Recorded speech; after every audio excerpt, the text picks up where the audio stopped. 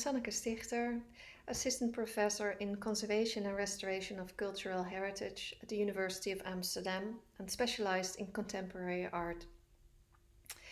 I'm grateful for this opportunity to share my experience in what I called opening up the behind the scenes of artworks to underline the importance of open research data to improve the sustainability of our cultural heritage. I'm especially referring to oral history, and I will tell you why. First, as a background, it is important to know that in contemporary art conservation, interviewing artists has become extremely important to understand complex artworks. Not only how they were made, but especially the content in relation to the material manifestation of a work, and to specify what are specific features and how they need to be maintained in order for the artwork to live.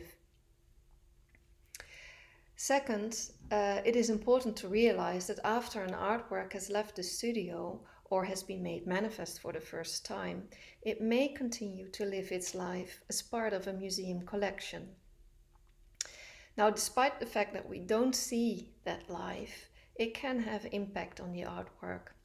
For instance, about the way artworks are being stored or created, made fit for traveling, or what happens to them just prior an exhibition when they undergo conservation treatment, for instance.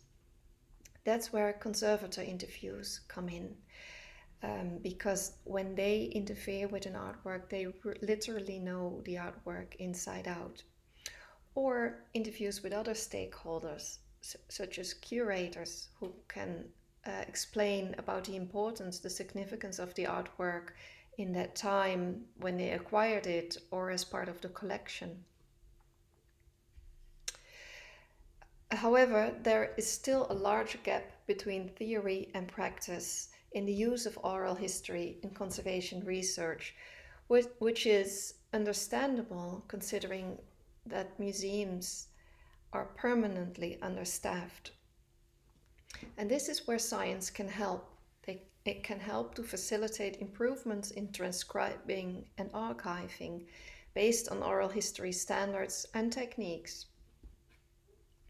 Together with specialists in automatic speech recognition and dance, we worked on a project called Interviews in Conservation Research to explore the possibilities. Once the body of unique material grows, interconnecting relations can become apparent, enlarging insight into museum practice at large. As a last note, to underline the importance of recording the behind the scenes of artworks, it also enlarges modes of presentation in museums or, not unimportantly, online. Because in the end, the behind the scenes is not only interesting, but it's fun. I'm looking forward to the questions of the audience. Thank you. Thank you, Sanneke, for this nice presentation. Oh, yeah, there you have you. I'm just going to see if there are some questions in the chat already. And I would encourage anybody to ask questions in the chat so that we can have some questions for you. So one of the things maybe also to relate to some of the previous speakers, there was a lot of mentioning about the problem of privacy in data sharing. Is this also something that you consider, or are there other challenges that you have when making sort of data at museums available that you could maybe expand on a little bit? Yeah, well, privacy is of course a big thing with open data ever since the AVG or the, what is it? Yeah. But it's also not so common that the behind the scenes of museums are exposed to an audience. Mm-hmm. But in the end, if museums also are very keen on sharing problems, and that's something that we found that in the Netherlands, for instance, you have the SBMK, that's the Foundation for the Conservation of Contemporary Art, in which museums collaborate to try to find solutions to problems that they are facing. So the spirit is there to share knowledge. The difficulty, however, is that it's quite extensive to do this properly. So transcribing the material, asking for consent, and have your metadata ready and so forth. You need an administrator to arrange all that, and that's not the case. Museums don't have that, researchers don't have that, so it really demands quite a bit of effort to take that step.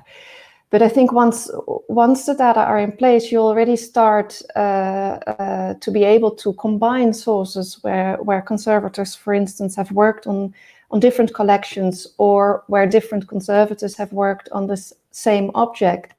And then it becomes really interesting to use that data. And also many artworks are unique, and artists work in such a specific way that it's important to document what they do and why they do it. Those things you rarely read, the specifics you cannot read about them. Yeah. So maybe related to that is one question in the chat, which is, how did you process and analyze the interviews? And also somebody else asks how you preserve them for your own reuse. So maybe this is something related to what you just told us. Yeah, well, the interviews we're in the middle of a process of storing interviews at DANS, so where they get a DOI. But I think I like the question about analyzing the interviews, because during transcribing you sort of revive your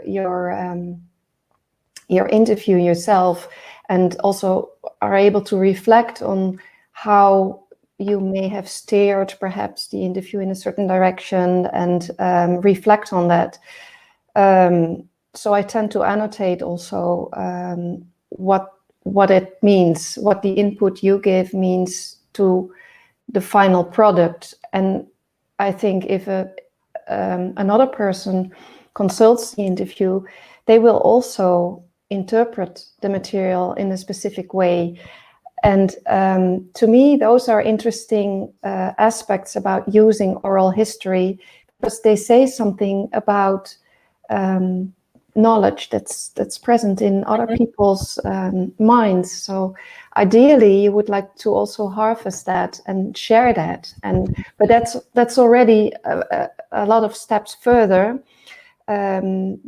First, you need to have the material to work with in order to think about machine learning or data connecting. But then actually sharing the data also is a value for you, because you think if other people have a look at it, they might have a different interpretation, which enriches sort of the general understanding. Do I see that correctly? Exactly. I think that's very nice. Yeah. There are a couple of more questions in the chat. I don't know if you are around to answer those, because I think it would be nice to move on to the next speaker of the pitches. Again, thank you a lot, Sanneke, for being here and for talking about the museum perspective on open science.